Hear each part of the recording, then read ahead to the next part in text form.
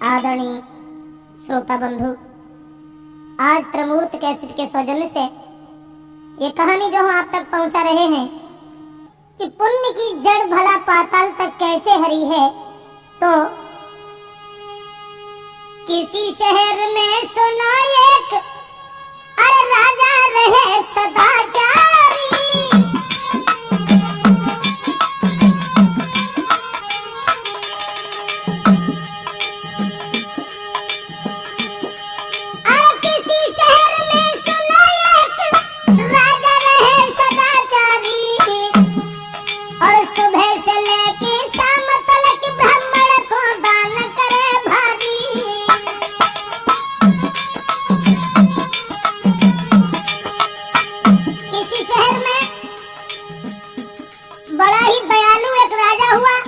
जिसका काम था सुबह से शाम तक दान करने का। जो भी ब्राह्मण आकर के कोई कविता सुनाता था उसे दान दिया करता था वो राजा। ऐसा ही नहीं, दिन दिन ब्राह्मण अति सुखी भय धन, दिन दिन ब्राह्मण अति सुखी भय धनवान सभी दिखलाते थे। कविता अपनी कह करके मुँह मांगा इनाम पाते थे।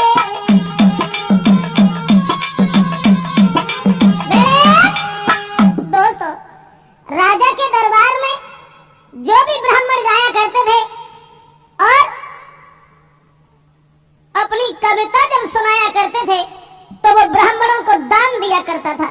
लेकिन दिनों दिन वो ब्राह्मण धनवान हो गए। एक ऐसा ब्राह्मण था जो कुछ जानता नहीं था। एक दिन उसकी पत्नी ने उस ब्राह्मण से कहा कि महाराज, आप यहाँ बैठे रहते हैं, राजा सबको दान देता है, राजा कुछ कविता सुना करता है, क्या तुम कुछ नहीं कह सकते हो? और वो कहने लगी पत्नी अपने पति से, बैठी पति के पास करी अरदास भूप ढिंग जइयो, और जाओ बीच दरबार रे कोई बात अरे सुनियो।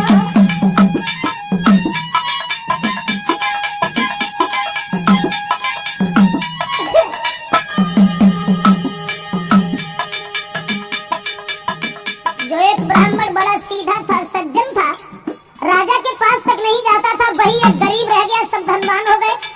एक दिन उस ब्राह्मण की पत्नी ने इशारा किया और जवाब दिया कि महाराज चले जाइए।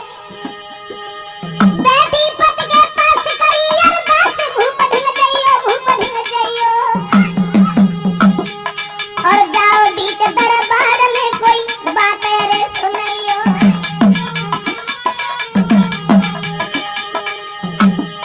और मिले तुम्हें धनमाल लौट तत्काल पास मेरे आइयो, पास मेरे आइयो। अरे होई गरीबी दूर न दिलम लगाइयो, होई गरीबी दूर न दिलम लगाइयो।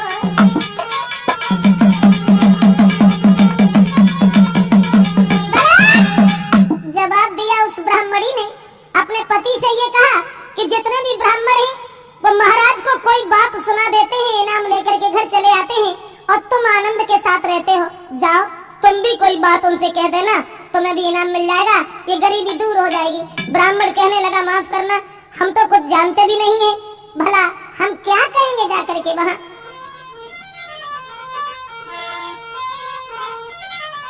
और वो ब्राह्मण अपनी पत्नी से कहने लगा, अरे तब ब्राह्मण ने कहियो वाणी,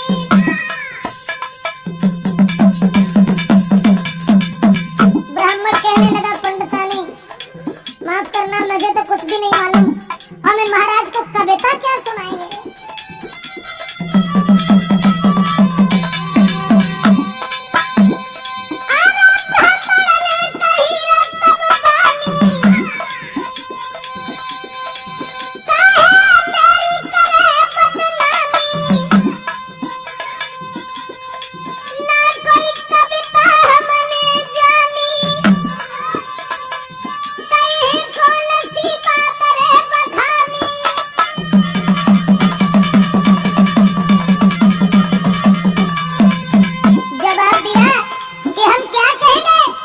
मैं तो कुछ भी नहीं जानते हैं,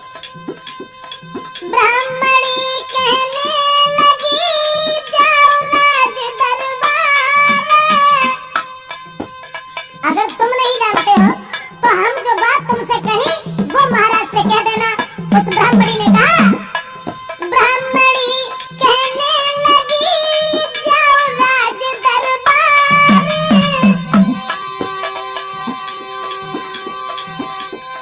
हम जो तुम्हें सिखावत ही कहियो किया हमारे।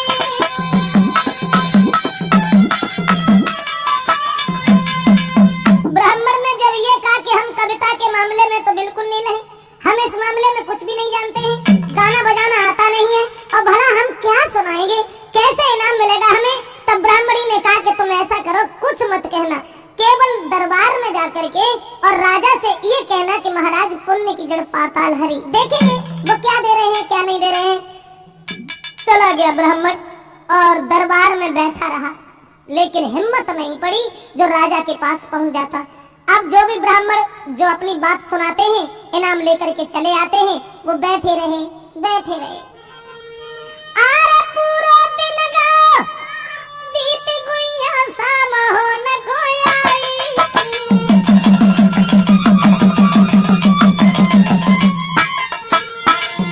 दरबार में आरे पूरा दिन गाओ, बीत रे जब शाम हो न गोयाई। और ब्राह्मण रही गए करे, सब ब्राह्मण तो दान लेकर के चले गए, अकेले बोई दरबार में बैठे रह गए।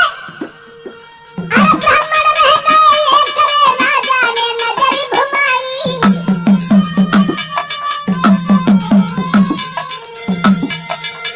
जब केवल एक ही ब्राह्मण रह गया, महाराज ने देखा कि दरबार तो ब्राह्मणों से खाली हो गया, लेकिन ये ब्राह्मण आज कोई नया आया है और न जाने क्यों बैठा है। तुरंत अपने पास बुला लिया।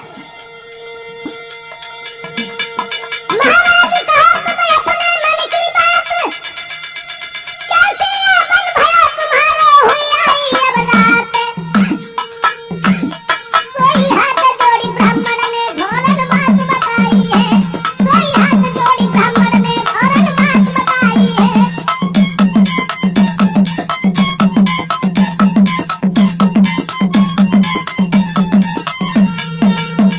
जैसे ही अकेला एक ब्राह्मण जब रह गया तो महाराज ने अपने पास बुलाया और जवाब दिया, केवल हमें ये बताओ कि तुम क्यों आए हो, सुबह से आए हो, शाम हो गई, बैठे बैठे तुम अपनी बात बताओ, तुम क्या कहना चाहते हो। जब इतनी बात कही कि तुम क्या कहना चाहते हो, तो ब्राह्मण को जानते थे नहीं और तुरंत ही अपने पत्नी की बात याद आ गई और कहने लगे, महाराज क्या बताएं, बस वही बात है कि पुण्य की जड़ पाताल हरी। और जो इतनी बात राजा ने सुनी, उनके दिमाग में न जाने कौन सी बात आ गई और कहने लगे, ऐसा करो, इस ब्राह्मण को जितना भी दान और लोगों को मिलता है उससे इसे दूना इनाम दे दो। वो राजा, अरे राजा दिल में रसाई, दूना इनाम देगा।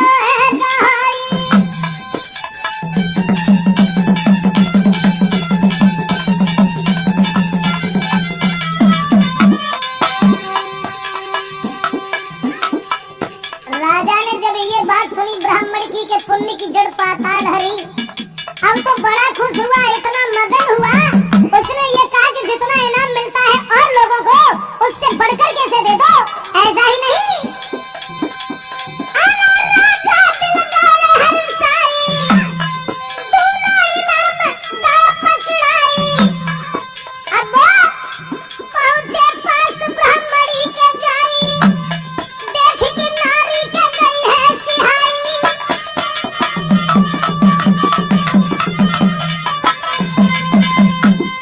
दोस्तों, अब तो जैसे ही ब्राह्मणी के पास वो धन दौलत लेकर के पहुंचे हैं, बड़ी खुश हुई वो पंडितानी और कहने लगी, महाराज देखो, तुम जाया नहीं करते थे, अब तुम कुछ भी मत कहना महाराज से, केवल इतनी बात कहना और हमेशा ये गरीबी दूर बनी रहेगी।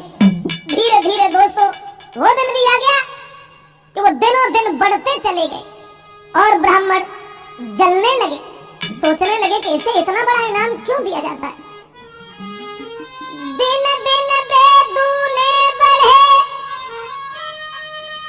वो जो बाद में उन्होंने बात बताई थी वो ब्राह्मण, दिन दिन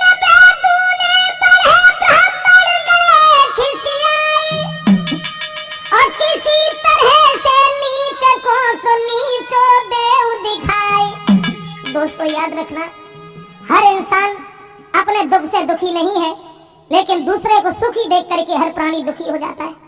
न जाने संसार में क्या होने जा रहा है। और दूसरे ब्राह्मण ने जब देखा कि इसे तो रात दिन इनाम ज्यादा मिलता चला जाता है, अब कोई ऐसी बात बने जो इसे मरवा दिया जाए। मगर मैं तो यही कहता हूँ कि हे कलयुग महाराज, तुम्हारे शासन में कि अब साचन की कदर नाई झूठन के सत्कार, अब साचन की कदर नाई झूठन के सत्कार, काल को न लेके दे दे तासे कहीं होशियार, सीधे साधे भोले भाले उनसे लोग कहें कमाल, साहू बतावे चोर चोर बने साहूकार।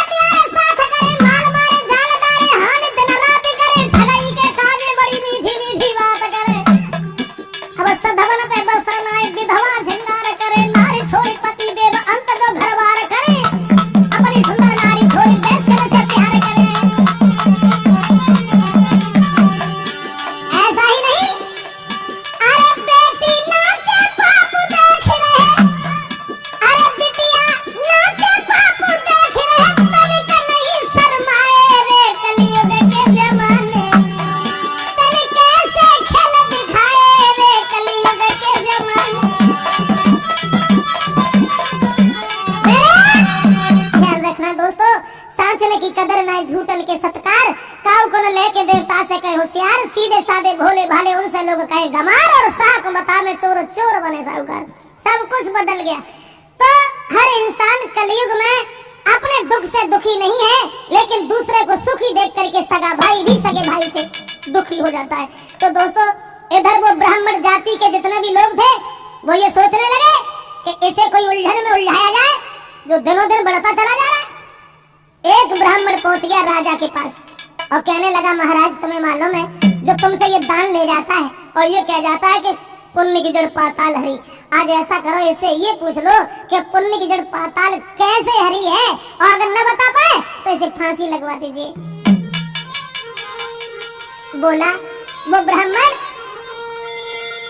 सुनो मेरे महाराज बताना आज एक मम बानी, और पुण्य की जड़ पाताल हरी है कैसे तुमने जानी।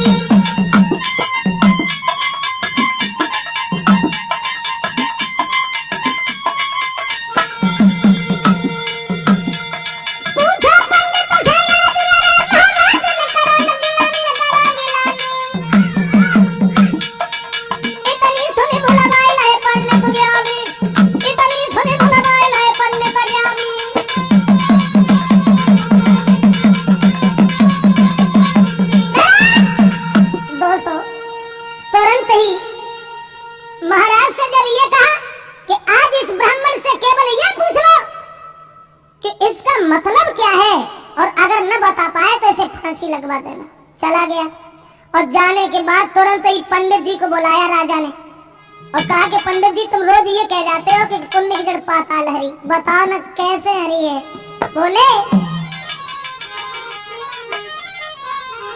कि कहिए पंडित महाराज आज एक वो ही बात बतानी है।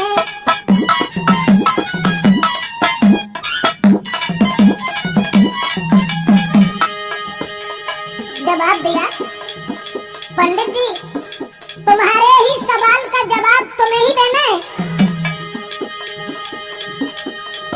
कहा पंडित जी महाराज आज एक वो ही बात बतानी है, और पुण्य की जड़ पाताल हरी ये कैसे तुमने जानी है।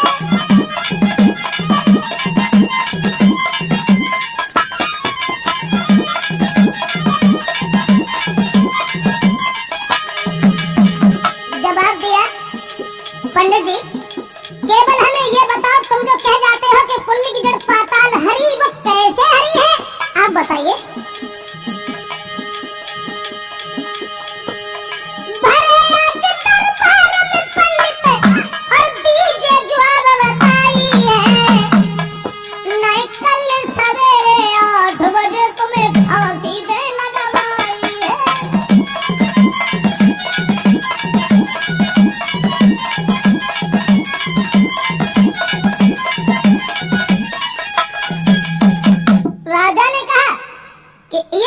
पंडित जी, पुण्य की जड़ पाताल कैसे हरी है? अब उन्हें जब तो जवाब मालूम नहीं था, पंडितानी ने बता दिया था कि केवल ये कह देना कि पुण्य की जड़ पाताल हरी, और कुछ भी नहीं मालूम था, बता नहीं पाए, तो राजा ने ये कहा कि जाओ और जो कुछ खाए हुए सो खाए ली हो जाए, कल सुबह 8 बजे तुम्हें फांसी लगवा दी जाएगी। दोस्तों, दूसरे ब्राह्मण जितने भी थे बड़े खुश हुए, सोचने लगे चलो ठीक है, कल सवेरे मारा जाएगा, कहानी खत्म। इधर अब पंडित जी को भोजन तक अच्छा नहीं लगा, घर आ गए, पंडितानी पूछने लगी कहिए पंडित जी क्या हुआ, उदास कैसे हो? जवाब दिया पंडितानी, मैंने तुमसे कहा था कि हमें दूर रखो राजा से, और तुमने जबरदस्ती हमें भेज दिया, लेकिन अब कल सुबह मुझे फांसी लगेगी 8 बजे, और जल्लादों से ये कह के चले गए राजा कि सुबह 8 बजे जो भी आ जाए उसे पकड़ करके फांसी लगा देना। राजा का हुक्म कैसे कोई टाल सकता था वहां? ये कहा कि सुबह 8 बजे जो भी आ जाए उसे पकड़ के फांसी लगा देना, और तो चले गए। पंडितानी ने जब सुनी कि महाराज जो पंडित जी हैं उनकी सुबह फांसी है, तो बोली मरे काहे को जातो, फांसी सवेरे है, अबे थोड़ा ना आवे काहे को प्राण छोड़ने दे दो, ऐसा करो महाराज। आरे कहे पंडितानी पंडित जी धीरज धर ले मन में,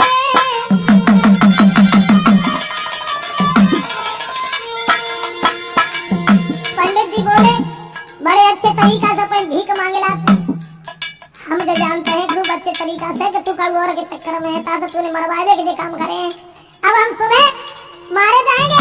पंडितानी बोली तो सवेरे ही तो मारे दो, परेशान मत हो, अब तो काय को मारे जा।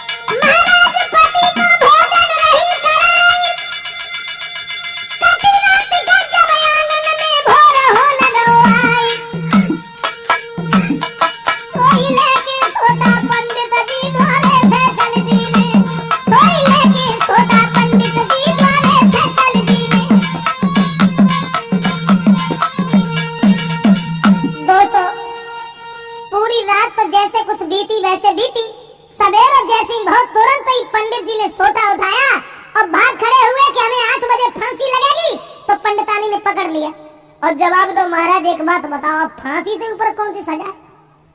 अब 8 बजे पहुंच जाओ तो फांसी है, 11 बजे पहुंच जाओ तो फांसी है, संजा को जाओ तो फांसी है, तो अबे तो काय को मरे जातो, अब फांसी तो होने ही होने है, रोटी वोटी खा लो, बड़े ढंग से नहाए के तब जाओ।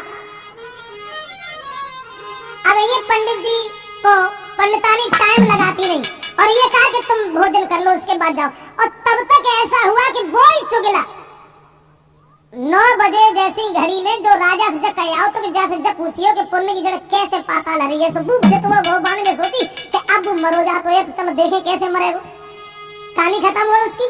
तो वो चला, ये पंडितानी पंडित जी को बातों में बहकाए रही और वो चलो जो कह के आओ तो सो। चुगला पंडित घर अपने रहे खुशी मनाई, अरे मुंह से आगे पड़ गया मैंने फांसी दई बुलवाई।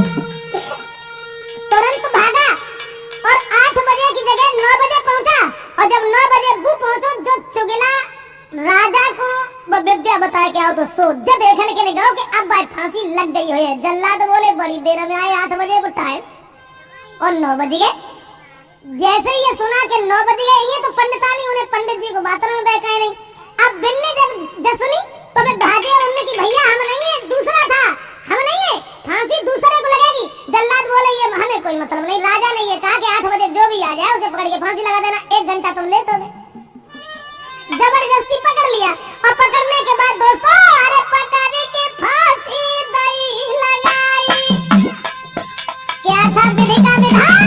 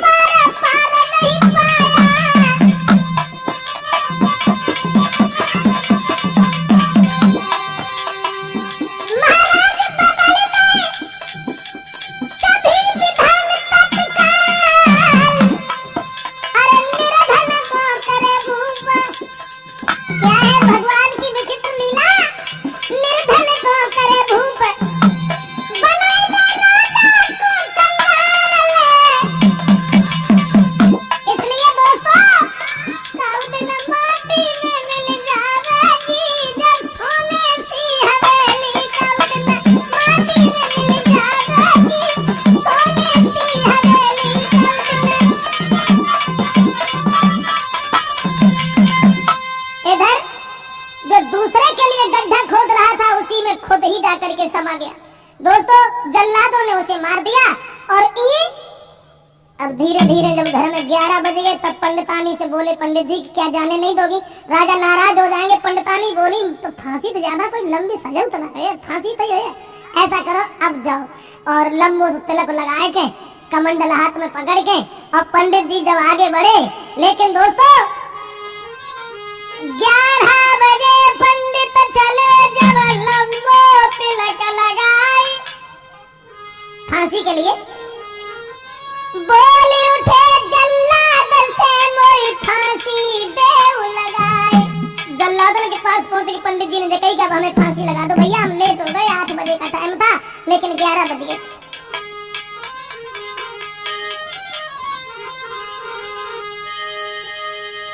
जल्लाद कहने लगे माफ करना, फांसी तो लगनी थी उसे लग गई, तुम क्यों परेशान हो? ऐसा करो तुम जाओ। दोस्तों तुरंत वहां भेज दिया। राजा ने जब ये सुना कि पंडित जी को फांसी बुलवाई गई लेकिन ये जिंदा है, कहने लगे एक बात बताओ पंडित जी तुम कैसे जिंदा रह गए? पंडित जी बोले महाराज बस वही बात है, पुण्य की जड़ पाताल हरी।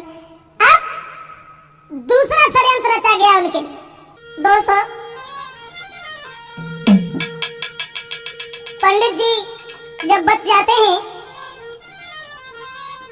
और ये कहा कि एक बात बताओ अब क्या होना चाहिए, इसका जवाब हमें कैसे मिल सके? तुम तो बच गए भाई, अब जवाब हमें कैसे मिले कि पुण्य की जड़ पाताल कैसे हरी है? तो पंडित जी ने ये कहा कि महाराज हमारी औरत बता देगी इस बात को। औरत बताई तो बुलाओ औरत को। औरत को जब बुलाया गया तो औरत पहुंची, पंडितानी जब पहुंची और राजा से एक बात कही कि महाराज पुण्य की जड़ पाताल हरी, हम बता तो देते लेकिन हम नहीं बताएंगे। फिर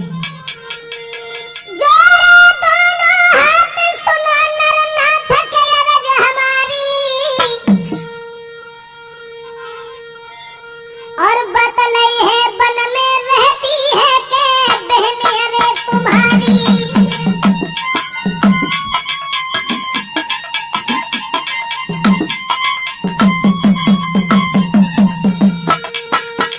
पंडितानी ने ये कहा कि माफ करना, हम इस बात का जवाब तो नहीं देंगे लेकिन तुम्हारी बहन एक बन में रहती है, वो इस बात का जवाब देगी। तो राजा कहने लगे कि हमारे बहन तो कोई है ही नहीं, मैं तो माँ बाप का अकेला लड़का हूँ।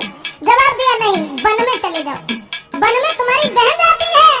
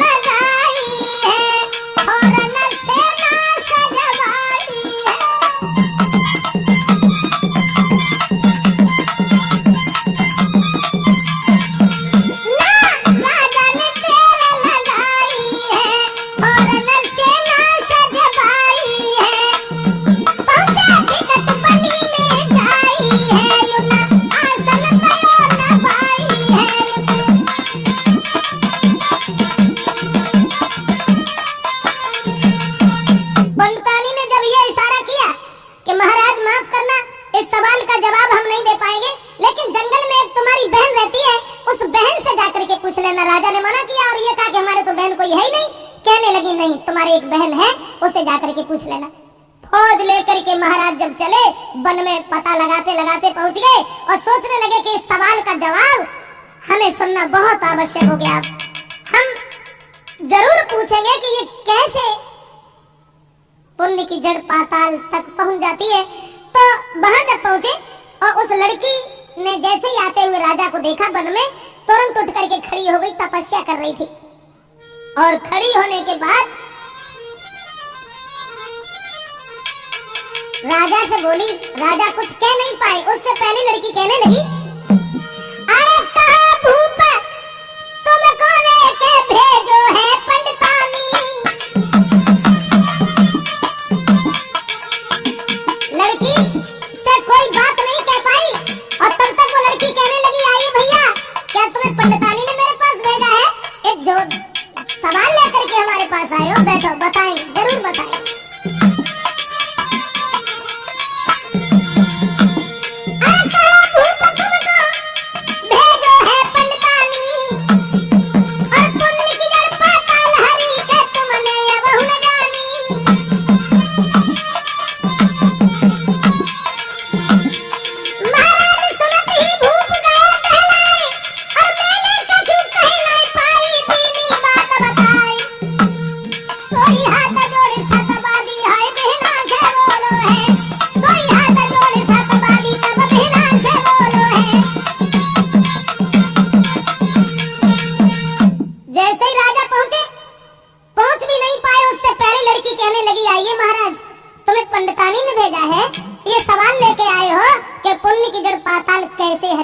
बैठो। राजा असमंजस में फंस गए, सोचने लगे जब हमने कोई बात नहीं कही, कोई परिचय नहीं दिया, और इसने कैसे जान लिया कि हम राजा हैं, और कैसे जान लिया कि हम कौन सा सवाल लेके आए हैं। बैठ गए और कहने लगे, कहो बहन, हमें बताया है कि तुम इस सवाल का जवाब दे दोगी। हम बड़े व्याकुल हैं, बड़े परेशान हैं, हमें केवल ये बता दो कि पुण्य की जड़ पाताल कैसे हरी है। तो लड़की बोली, बता तो देते, लेकिन बताएंगे नहीं। क्यों? जवाब दिया, हम नहीं बताएंगे, तुम अपने घर चले जाओ। और लड़की बोली, तुम अपने घर को जाओ और सवाल को मैं न बताऊंगी। कहा, इस सवाल को अगर मैंने बताया तो तुम्हें दुख होगा, तुम्हें कलेश होगा, इसलिए मैं नहीं बताऊंगी, घर चले जाओ, दूसरा तुम्हें कोई बताएगा। कौन बताएगा? तो लड़की ने कहा,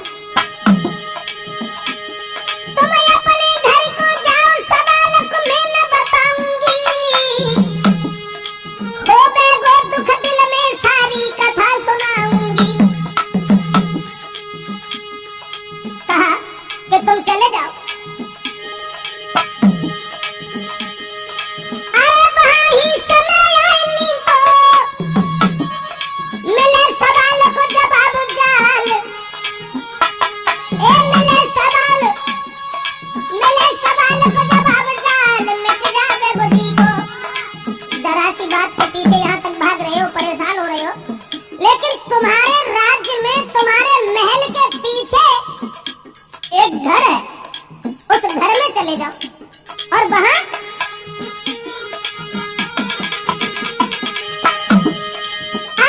एक बेटा जन्मेगो और घड़ी दो घड़ी जिंदा रह के वो मर जावेगो।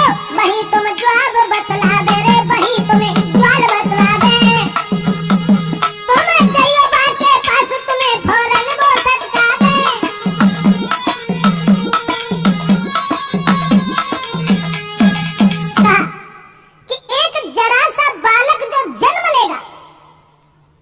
तुम्हारे बगल वाले घर में, और वो लड़का पैदा होने के बाद घड़ी दो घड़ी जिंदा रहेगा और मर जाएगा, लेकिन तुम पहले से पहुंच जाना और वो ही लड़का तुम्हें देख करके पहचान लेगा और सारी बात बता देगा। हम नहीं बता पाएंगे। और महाराज बड़े असमंजस में फंस गए, सोचने लगे कि जरा सा लड़का जन्म लेने के तुरंत बाद हमें जवाब बताएगा, ऐसा तो असंभव है। चलो ठीक है, देखते हैं। तुरंत चले गए और जौन सा दिन उन्हें बताया था कि उस दिन लड़का पैदा होगा और इतने वक्त पर पैदा होगा, सुबह से ही निकल गए। कहीं ऐसा न हो जो पैदा हो जाए फिर खत्म हो जाए और हमारा जवाब भी न मिल पाए। दिल चिंता के बढ़ गई उनके भारी,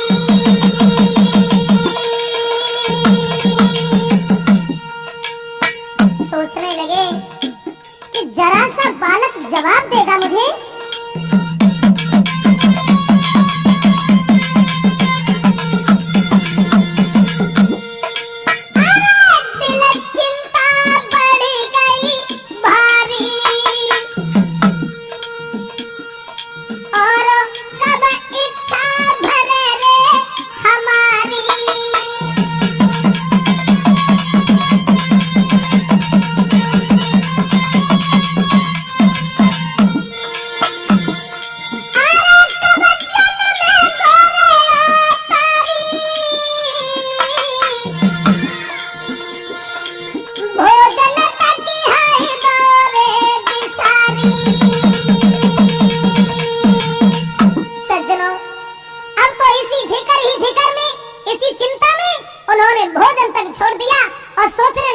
सवाल का जवाब कैसे मिलेगा? जहां जाते वही बढ़ा देता है आगे और कह देता है कि जाकर के उससे पूछ लेना, उससे पूछ लेना। अब बीतो समय कछुआर लगाकर गौर सुना नर नारी, और आओ समय नजदीक रे राजा ने कीनी प्यारी। जो लड़की ने दिन बताया कि उस दिन लड़का जन्म लेगा तुम्हारे बगल वाले घर में, वह चले जाना। जब वो समय आया तो वो तुरंत ही राजा चले।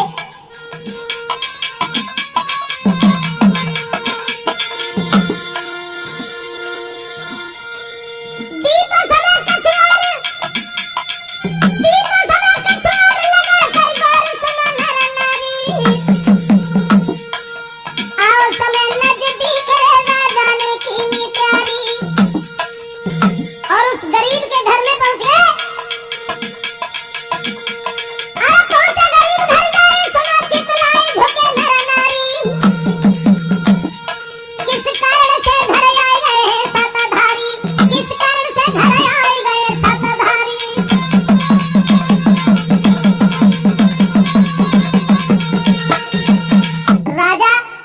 सिपाहियों को लेकर के और गरीब के घर जाकर के पहुंच गया। उसी दिन जो टाइम बताया था उस टाइम से 2 घंटा पहले ही पहुंच गया कि कहीं ऐसा न हो जो लड़का पैदा होने के बाद मर जाए और हमें जवाब भी न मिले।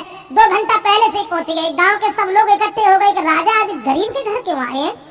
कहा कि महाराज कैसे आना हुआ? जवाब दिया कि यहाँ पर एक लड़का जन्म लेगा और वो लड़का हमारे सवाल का जवाब देगा। गांव के लोग बोले हमें लगा दीजिए ना कि मत कटी, एक जरा सा बालक अब भला क्या जवाब दे सकता है? अब गांव की बहुत लंबी भीड़ हो गई, लेकिन जो लड़की ने समय बताया था ठीक उसी समय पर लड़के का जन्म हुआ। और जब लड़का पैदा हुआ उठ करके तुरंत बैठ गया, और जो औरतें थीं उनसे ये कहा पैदा होते ही होते उस लड़का ने कि राजा यहाँ आए हुए, वो हमारा इंतजार कर रहे हैं, उन्हें बुला करके मेरे पास ले आओ।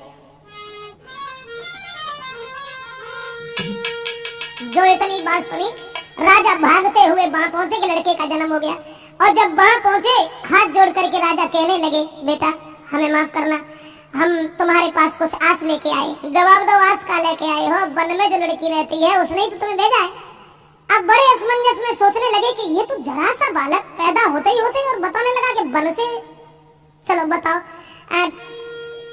कहने लगे बताएं क्या? तुम केवल ये पूछने आए हो कि पुण्य की जड़ पाताल कैसे हरी है? तो देखो मैं बता रहे, हम ज्यादा देर तो नहीं जिंदा रहेंगे, हम ऐसे ही मरते रहते हैं, पैदा होते रहते हैं, लेकिन तुम हमारे सगे भाई हो। और जो वन के बीच में लड़की रहती थी वो हमारी तुम्हारी सगी बहन है। और जो पंडितानी ने ये बात कही थी वो तुम्हारी स्त्री है। अब मैं बता रहा हूँ कि पुण्य की जड़ कैसे पाताल हरी है। तो वो लड़का जवाब देने लगा महाराज कि बात कोई बड़ी नहीं है कि तुम सगा हमारा भाई हो और बहना जो वन में रहती है। कहा कि कुछ पूर्व जन्म के संस्कार तप ज्वाला में वो जलती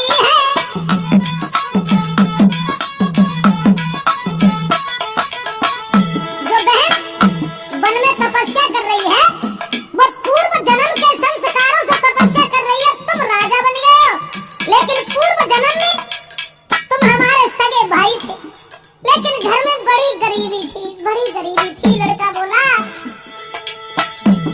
तुम सगे हमारे भाई हो, बहना जो बन में रहती है, कुछ पूर्व जन्म के संस्कार जो तप ज्वाला में जलती है।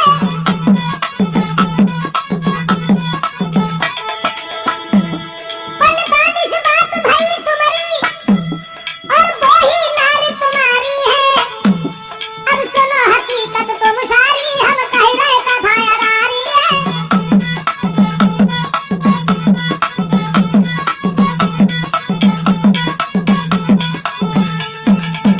जवाब दिया लड़का ने कि अब सुनो, पंडितानी तुम्हारी औरत थी, तुम हमारे भाई हो, बहन हम दोनों की बहन थी, और हम तो जिंदा होते हैं मरते रहते हैं। बात ये थी कि हम तुम तीन ही आदमी थे घर में, एक बहन दो भाई, माता पिता जो थे, अरे बारे पे मरे पिता महतारी, पूर्व जन्म में जरा सी उम्र पर माता पिता साथ छोड़ के चले गए। अब मैं बता रहा हूँ कि पुण्य की जड़ पाताल कैसे हरी है भैया। बारे पे मरे पिता महतारी, घर में आई गई लाचारी, बन के दर फिरे भिखारी, लेकिन नहीं भाई गुजरा हमारी। बताया यहाँ तक हुआ कि माता पिता खत्म हो गए, उसके बाद में दर बदर भीख मांगने लगे, लेकिन गुजारा नहीं हुआ। और जब गुजारा नहीं हुआ, यहाँ तक हुआ कि 6-6 दिन तक भोजन नहीं मिलता था, लकड़ियां बेच बेच करके हम लोग गुजारा किया करते थे। बोले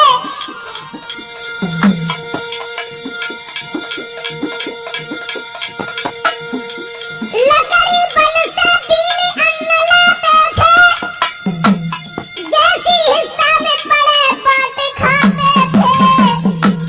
इतनी बड़ी गरीबी थी, पेट नहीं भरता था, लकड़ियां बीन के जैसा कुछ मिल जाता था, भूखे रह जाते थे, लेकिन सब लोगों में संगठन था जो बांट करके खा लेते थे। एक दिन ऐसा हुआ, महाराज का जीवन बनना दुखदाई, और 6 दिन हुए गए बीते अन्न मिलो नाई भाई।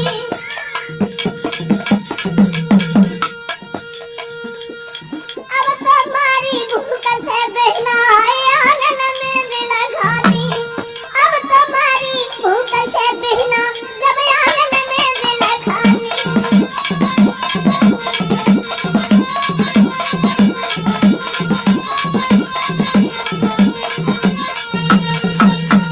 लड़का ने ये कहा कि देखो महाराज, बड़ी गौर से सुनिए कि पुण्य की जड़ पाताल कैसे हरी है।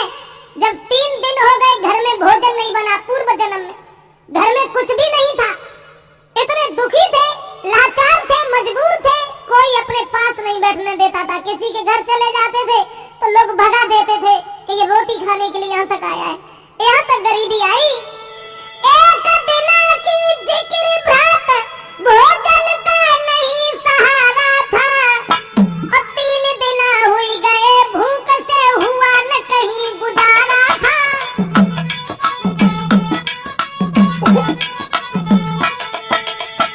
3 दिन तक भोजन दूर रहा, पानी तक नहीं मिला हम बहन भाइयों को। उसके बाद भीख मांगे तुम ही लाए। लड़का बोला तुम ही भीख मांगने गए थे, भीख मांगे तुम ही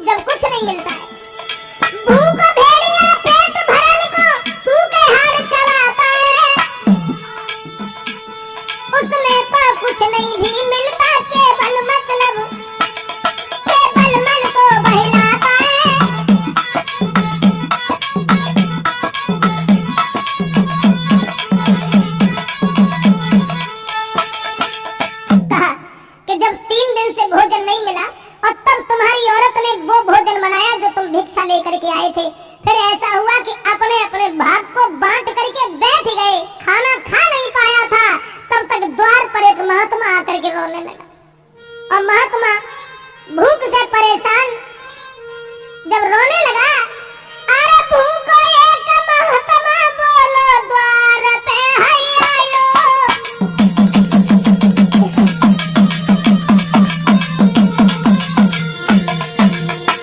हम तुम तो भूख से परेशान थे ही, भोजन खा नहीं पाया, खाने बैठे ही थे, तब तक एक महात्मा आ गया। भूखो एक महात्मा बोले द्वार पे आयो, और हाथ जोड़ के सबसे रेखे बाने वचन सुनाओ।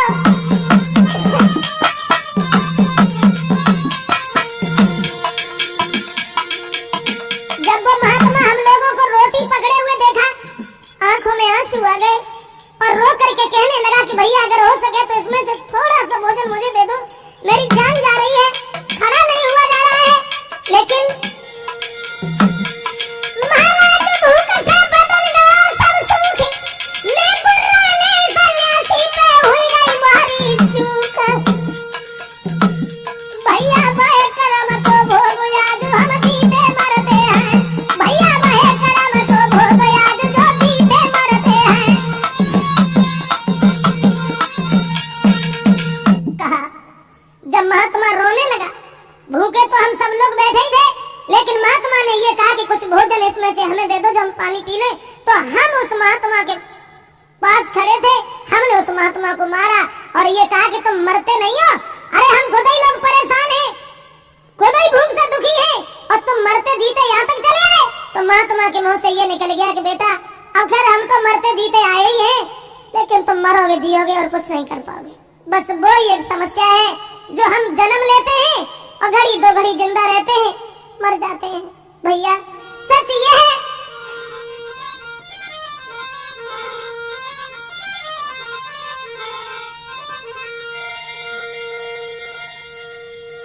और बताया कि आज जो बहन तपस्या कर रही है, उस बहन ने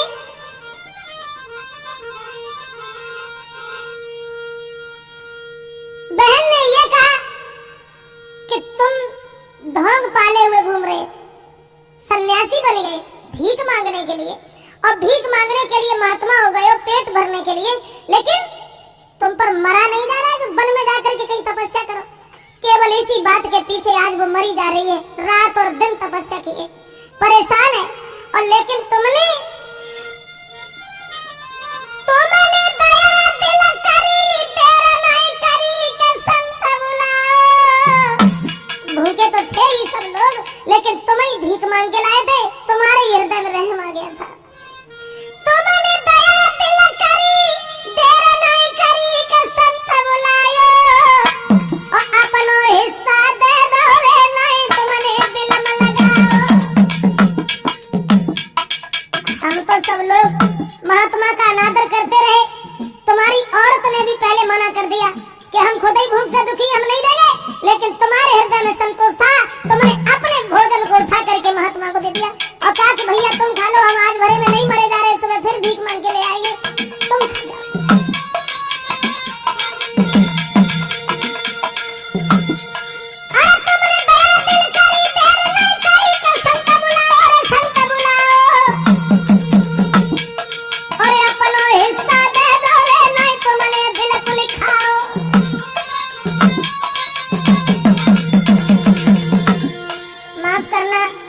महाराज हम तो अपनी करनी भुगत रहे हैं, जो जीते हैं और मरते हैं, बहन उधर तपस्या में लीन है, और बस तुम्हें ने ये जो पुण्य किया, अब है पुण्य पापा लग माला माल के हरने बनाओ।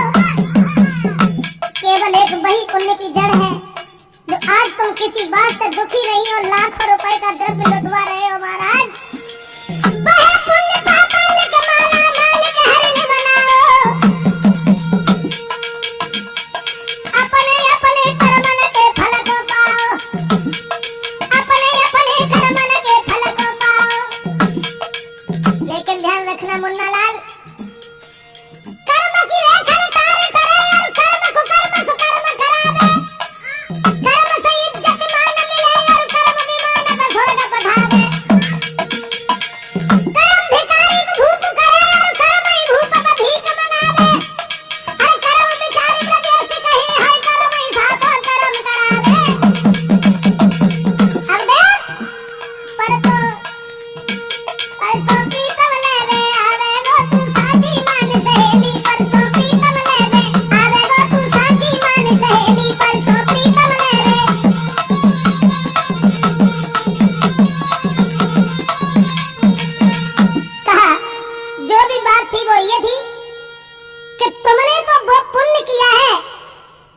जिसकी जड़ पाताल तक हरी। ऐसे ही है भैया, जो तुम लाखों रुपए की दौलत लुटवा रहे हो, लाखों इंसान तुम्हारा चेहरा देखने के लिए तरस रहे हैं, लाखों सम्मान कर रहे हैं, लाखों तुम्हारा हुक्म बजा रहे हैं, और हम तो ऐसे ही जिंदा रहते हैं और मरते हैं, बस कुछ भी नहीं, केवल कर्म का फल भुगत रहे हैं। उसी समय बताया कि तुम्हारी औरत ने पहले मना किया था, इसलिए उसने पंडितानी बनने के बाद पंडित के साथ गरीबी भाई, और उसके बाद उसने जब देखा कि ब्राह्मण का, इस महात्मा का पेट नहीं भरा हमारे पति के भाग से, उसने अपना भी हिस्सा बाद में दे दिया, उस महात्मा का पेट भर दिया, और इसलिए कष्ट उसने भी उठाए। उसके बाद तुमने उसे इनाम दे करके आज धनवान बना दिया। जो भी बात थी वो हमने तुम्हें बता दी। पहले मना करी नारी ने और बाद में दया बिचारी है, अपने हिस्सा से याद हो भोजन की परसी भारी है। पंडितानी ने ये भूल की, पहले तो महात्मा से मना कर दिया, फिर देखा कि महात्मा भूखा रह गया तो अपने भोजन में से आधा भोजन महात्मा को दे दिया, आधा खुद खा लिया, जिसलिए उसने दुख उठाए और आज तुमने इनाम दे दे करके धनी बना दिया।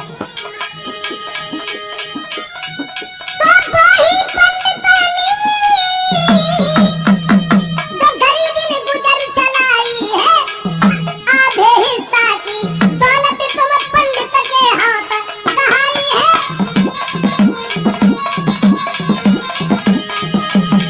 इसलिए मिले हैं बार बार, भैया मत ना अभिमान करो, हम सबको कल को भोग भोगी, तुम दोहा तन से दान करो।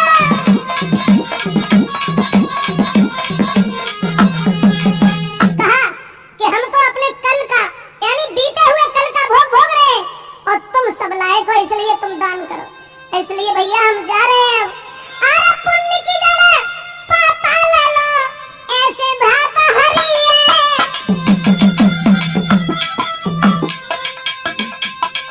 उस लड़का ने कहा, महाराज ये पुण्य की जड़ पाताल लो, ऐसे भ्रात हरि है। हम सब बन गए निर्मोही रह के तुमने दया करी है।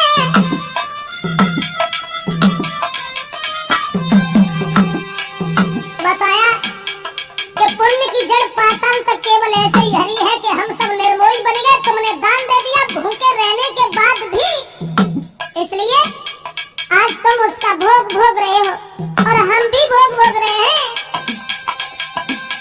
महाराज सदैव मेरा हुइया, और ये परिवार से गर्दन में कभी न टिक पाओ। कोई भरे आँखिन में मीर पुत्र ने बात सुनाई है, कोई भरे आँखिन में मीर पुत्र ने बात बताई है।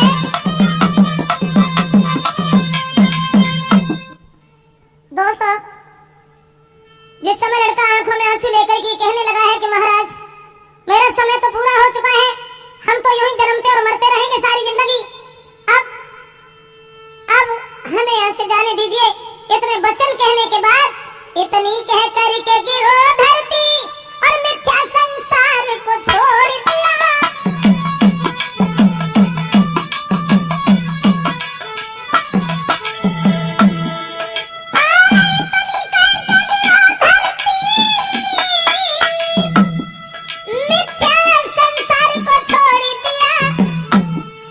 भैया के पास से भैया ने निर्मोही बन मुख मोड़ लिया।